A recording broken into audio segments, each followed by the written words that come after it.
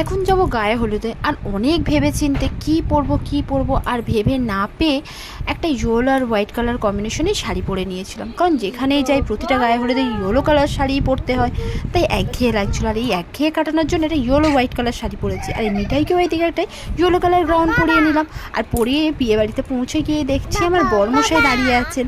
উনি এখনও ব্যস্ত, তাই ওনার ভিডিও বেশি বানিয়ে লাভই নেই। তাই আমি ভিতরে চলে আসলাম, আর এসে দেখছি আমাদের নিতকনের এখনও মেহেন্দি শুকনো হয়নি, হাত পাকা দিয়ে মেহেন্দি শুকনো করার চেষ্টা করছে। আর এইদিকে আমার মিঠাই বুড়ি, ও তো ভাবছে কী দুষ্টুমি করবে ভেবে পাচ্ছে না।